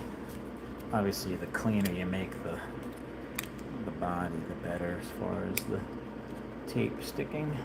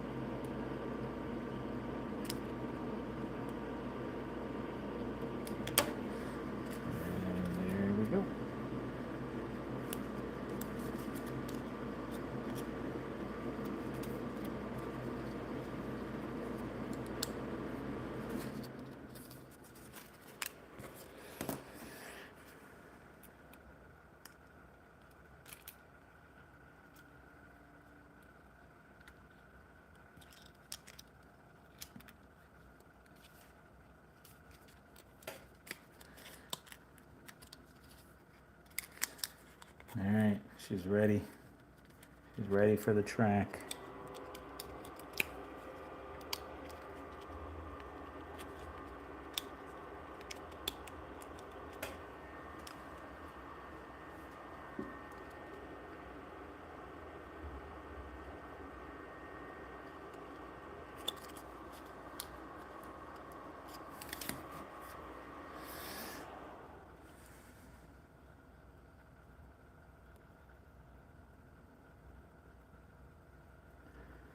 Yeah, I believe I get, like I said, I get most of my bodies from Jay Jap, and he uses the 010 Lexan, which I'm pretty sure this is, but these cars, for some reason, the sides just seemed a little flimsy compared to, like this one's also a Jay Jap body.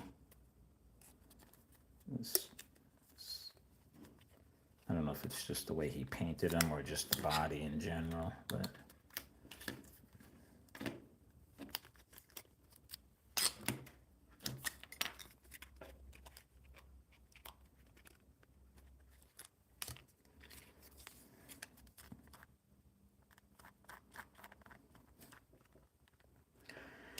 yeah, I don't know if I'm going to mess with the red one too much because this one's already running pretty good. I might just oil this one, oil the bushings and clean the rear axle up, but I don't know that I'm going to tear this one apart. But these two I like to work on a little bit more, but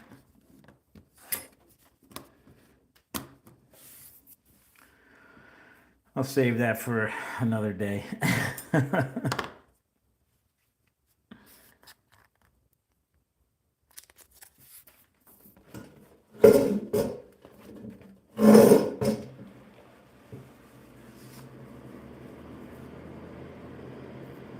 Oh, you've been going with the lighter, thinner bodies, Mike?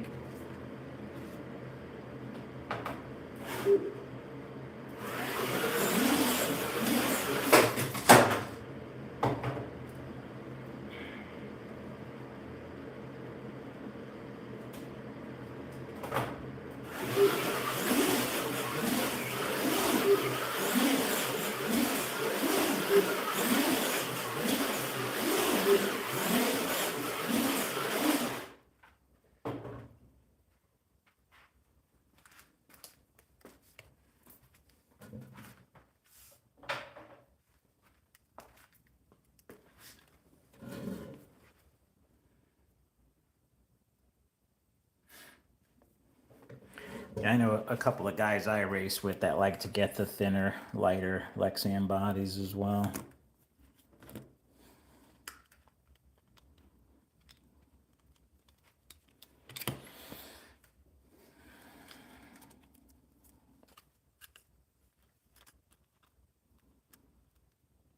I'll try and work on these other cars before next weekend. Probably gonna race next weekend.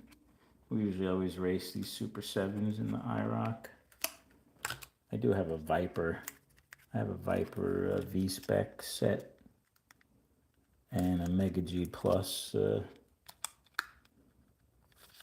GT40 set that we run IROC.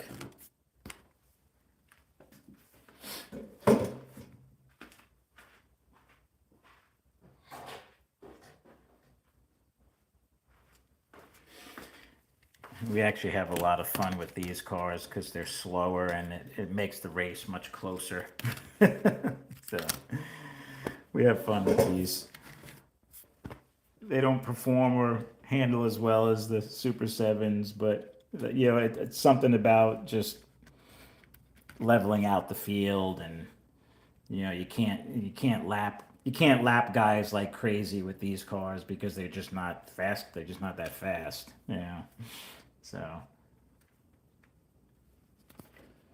yeah, I was going to ask how the 007s hold up, but I guess if you're looking for that really lightweight, could make the difference. Me, with the guys I race, I know there are some guys that I'm never going to beat, maybe in 20 years, but so I don't think the extra weight is going to have a huge difference in my results, but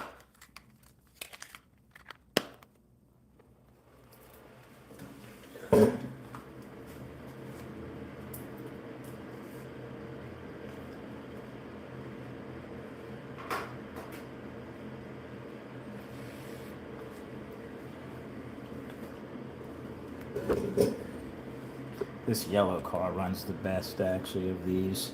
I've had a couple of guys wanting to buy this car from me when I take it to the track and we race it with my club. They're like, I want that yellow car. I'm like, no, it's an IROC set.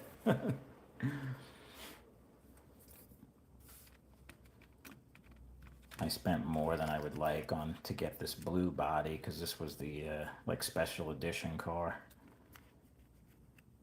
I think I spent 50 something bucks to get this blue body. Probably just should have took another one and painted it blue. But I think I only paid like 30 something bucks for all the other ones. You know, just regular price.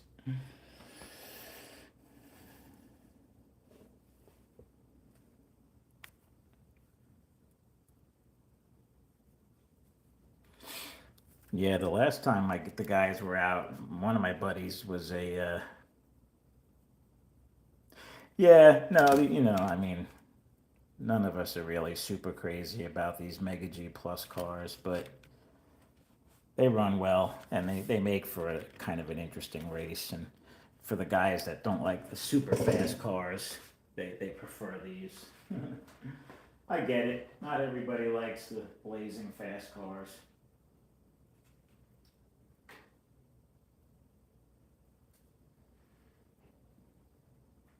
I like the fast cars, but as I'm getting older, I can appreciate the slower cars are easier to see. And you don't need as fast reaction time to drive them. Right? I don't know if my buddy Rick is still on here, Rick Schwartz, but he races. He comes out. He was on earlier. He comes out to my track sometimes. I've heard him complain about his eyesight and how hard it's getting to. He's older than me, so it's only going to get worse for me.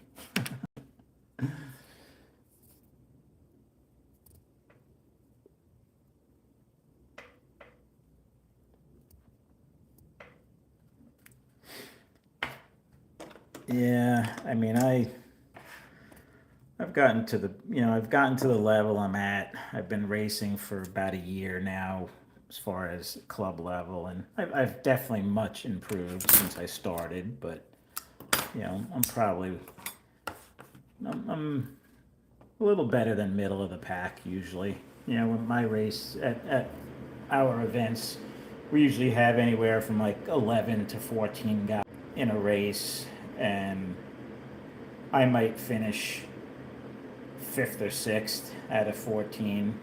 Sometimes fourth. Sometimes I'm even only a lap or two out of a third place finish. So I'm getting closer to some podium positions. But yeah, there's three or four guys that are just really, really good racers. They've been racing at national levels since the '70s, and they never stopped racing.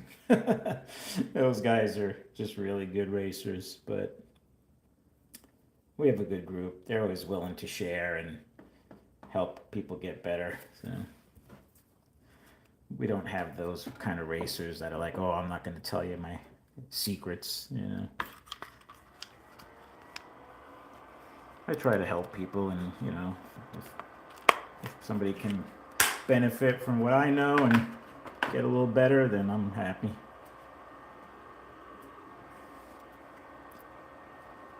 I try to help my guys out that come out here because, you know, I don't want to win every race by 15 laps. That's not fun. That's why we like racing these cars, well, these Mega G Plus cars, because I only win those races by a lap or two.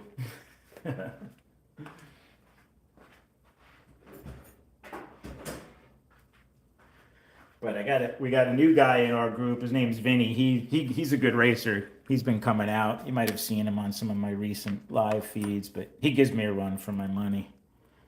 So I like having Vinny come out.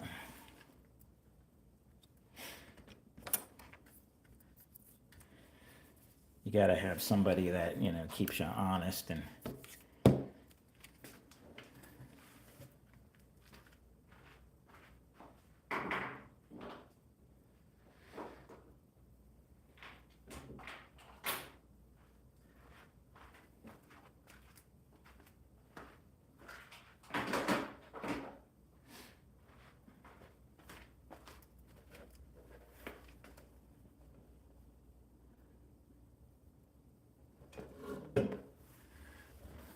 oh, you race at Scott's House of HO, John?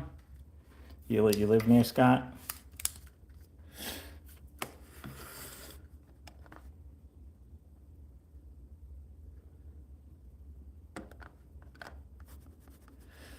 They have a 124th track at Vero Beach Hobby Shop that I go to. He's got he's got like 8 tracks there of every scale. Carrera track, HO, 132nd, 124th. It's Raceway and Hobby Shop at Vero Beach. You could look at the YouTube, the Facebook page for that. Not that you're in Florida, but if you ever get to Florida.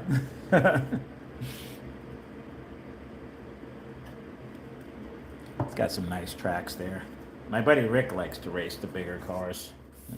I've never really raced anything but HO.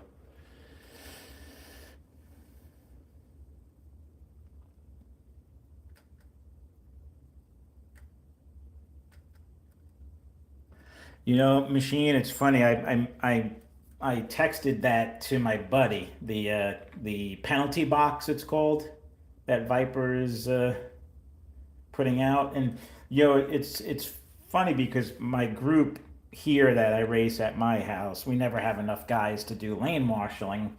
So we instituted we used to just stop, like we would yellow flag. I'd hit the space bar and stop track power, and we'd put the car back on. And you know, that got to be not fun because you're not really penalizing the guy who crashed. So we instituted a penalty where if you crash, you're on the honor system. We started out doing like a 3-second penalty, but you know, that was a little long actually. That's almost a whole lap. So we cut it down to 2 seconds, and that made things more interesting for sure. But sometimes guys forget, you know, that track, we put the car back on and hit the green flag, and they don't do their 2-second penalty like they're supposed to, so they get yelled at. But this penalty box basically forces it forces that delay. You can set it from, I think, however many second, up to 10-second penalty if you want. Um, oh, you want a giveaway? Oh, that's cool, John. But this penalty box, the way it works, you hook it up to the call button, and it hooks into the TrackMate box that the timing, the main brains of the TrackMate system.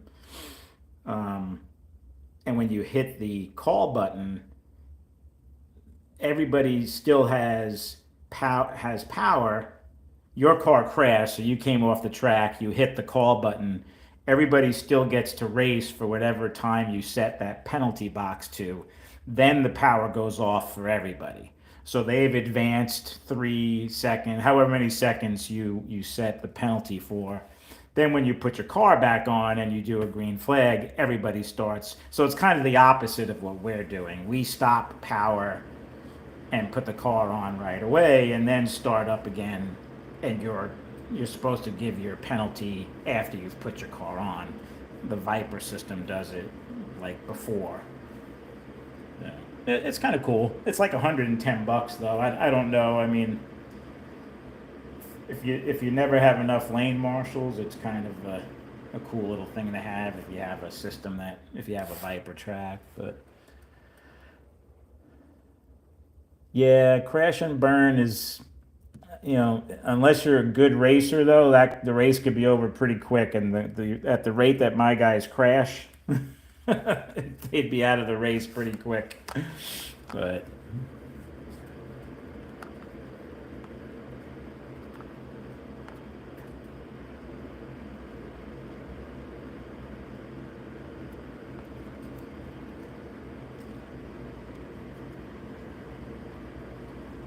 at least that's my understanding of crash and burn is you if you crash, you're out, right?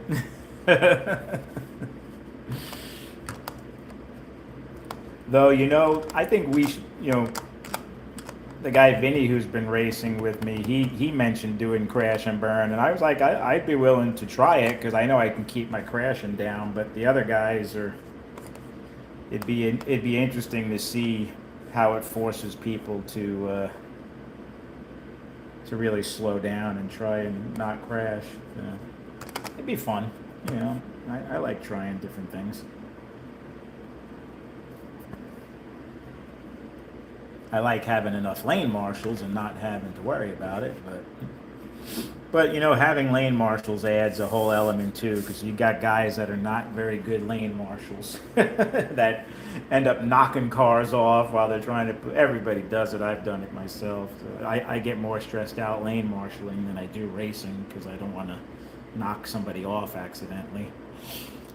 When you're trying to, with your big fat man hands, trying to put one of these little cars on, and I've gotten better at slowing down when I see a crash and try not to crash into the guy's hand while he's putting the car on, and they're thankful of that too. But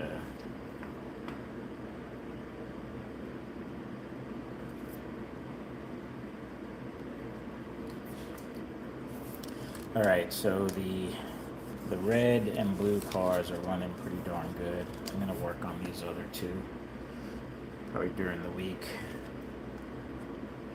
Maybe when Kenton does his Thursday show, I'll play around with these, and I'll pop on his Pimp Your Layout show while I'm working on these other two.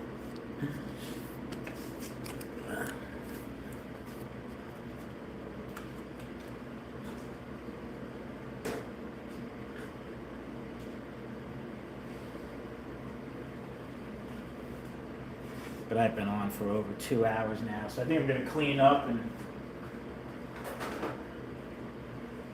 go relax and watch a little more football.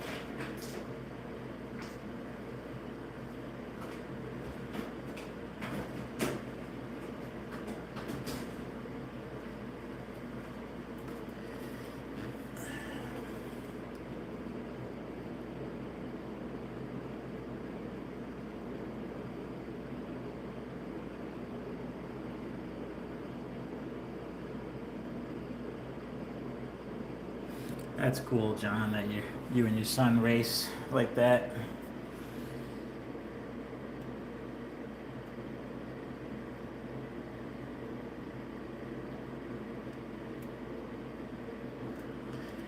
Yeah, I want to at least get some extra end bells for these cars.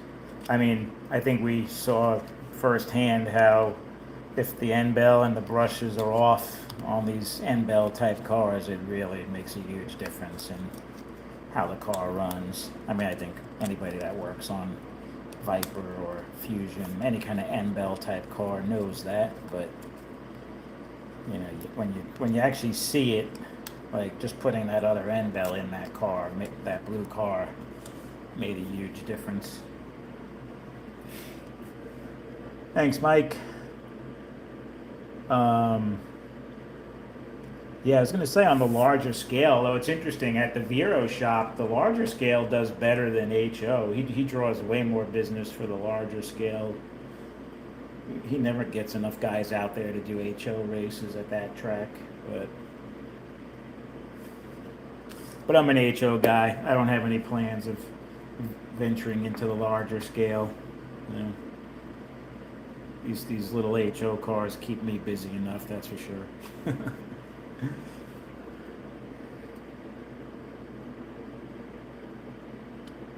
Yeah. All right, guys. Hope everybody has a good evening. Enjoy the rest of your Sunday, and I hope everybody has a good week. And we'll chat again soon. Appreciate you guys hanging out.